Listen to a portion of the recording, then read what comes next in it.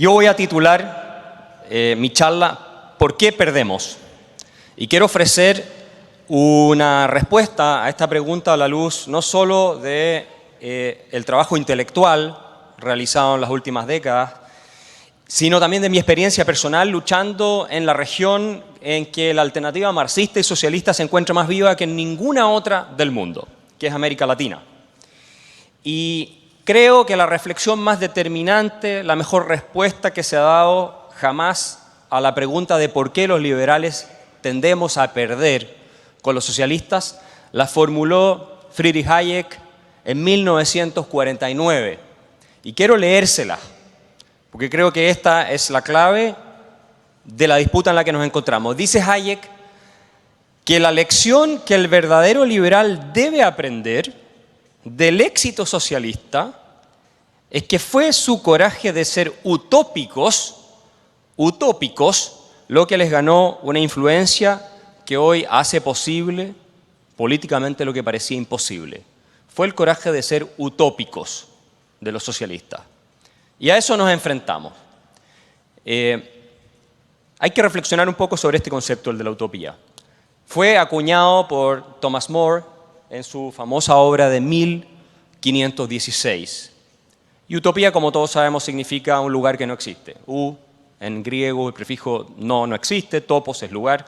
Pero en esa misma obra, Thomas More habla de eutopía, que significa, del mismo griego, el buen lugar o lugar feliz. Y desde entonces tendemos a entender la utopía como una especie de paraíso, una cosa irrealizable. Bueno, yo les quiero decir, formas de pensamiento utópico, las primeras se encuentran ya en tablas de arcilla del año 2000 a.C., tablas sumerias de la civilización sumeria de arcilla, y se encuentran a través de prácticamente todas las culturas en la historia de la humanidad.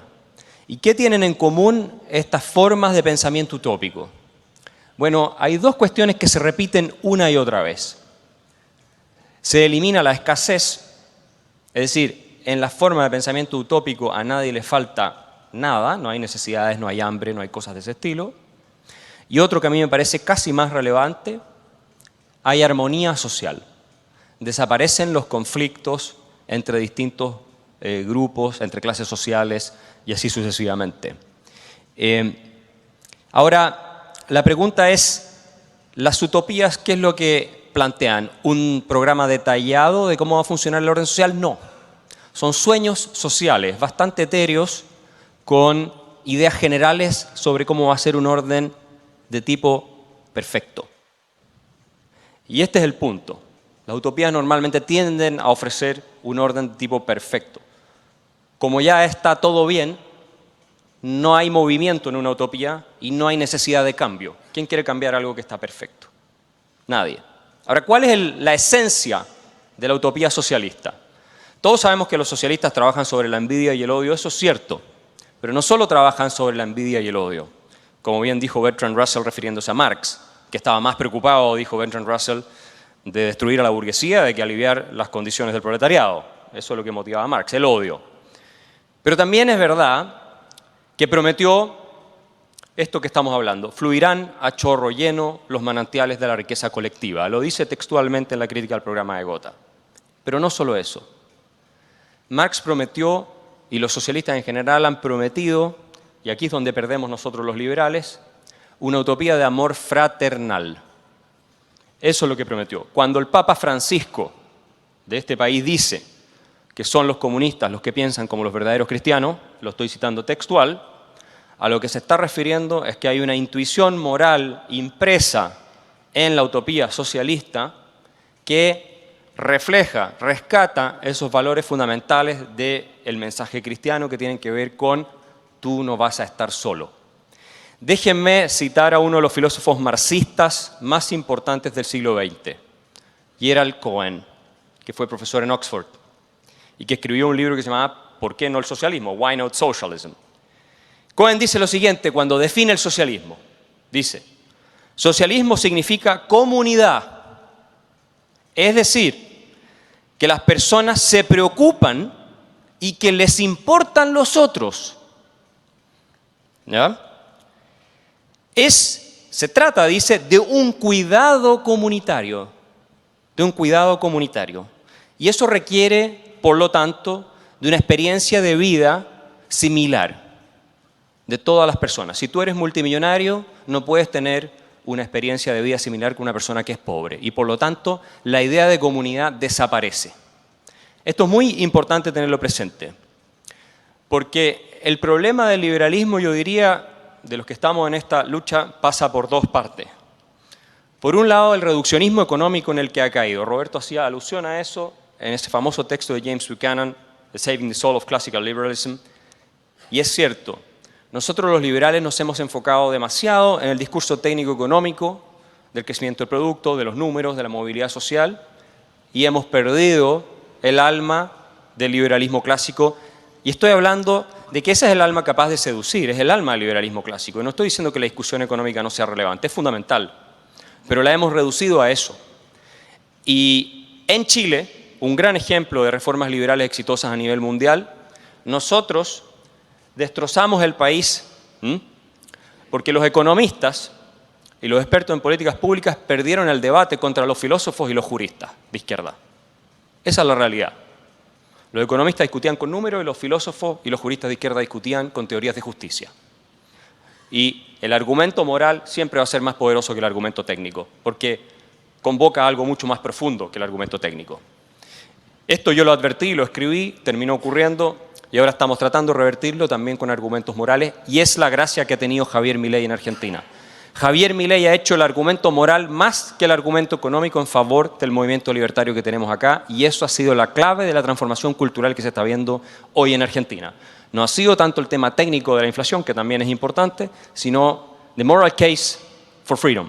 Ese es el tema que hemos perdido. Y el segundo problema que tenemos es lo que yo denomino el reduccionismo de la autonomía. Y este a mí me parece el problema más grave que enfrentamos los liberales, para convencer al público. ¿Por qué? Porque básicamente hemos transmitido la siguiente idea: que el Estado no se meta, tú haz lo que quieras con tu vida y a mí no me importa. A nosotros no nos importa el resto. Esa es la sensación que queda instalada. En el sentido de que mientras tú elijas libremente, no nos importa si decides ser un drogadicto, si decides dedicarte a jugar PlayStation todo el día y tener una vida completamente desperdiciada, etc. Es la sensación que se transmite en esta discusión. No digo que eso sea la realidad de los que pensamos de acuerdo a las ideas de la libertad, pero esa es la sensación que queda instalada. Mientras al socialista le importa el otro, se preocupa por el otro, por esa idea de comunidad, los liberales decimos autonomía, que el Estado no se meta y después no nos importa el resto. Entonces, se sienten muchos abandonados desde el punto de vista del discurso liberal. ¿Cuál es la solución? Podemos ofrecer y tener el coraje, como decía Hayek, de plantear una utopía liberal.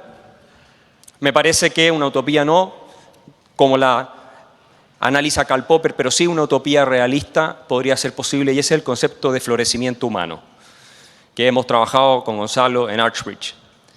No solo es potente desde el punto de vista retórico esa idea de florecimiento humano, mucho más que la de progreso económico. ¿Sí? Florecimiento humano en sí es un concepto mucho más poderoso, sino que además implica que nos hagamos cargo de una serie de dimensiones que tienen que ver con la vida de las personas, como por ejemplo, y esto lo voy a dejar planteado y no lo voy a analizar en mayor profundidad, la idea de una vida buena. What is a good life?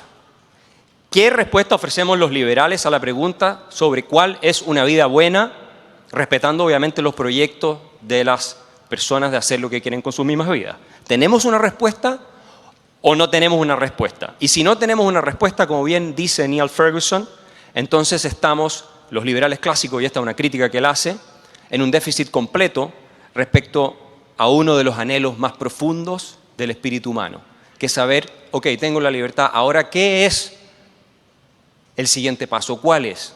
Y no es que los liberales no tengamos respuesta. Diderot nos ha ofrecido respuestas cuando habla de las virtudes burguesas. Una sociedad libre no puede existir sin individuos virtuosos. Es decir, ¿qué significa ser responsable?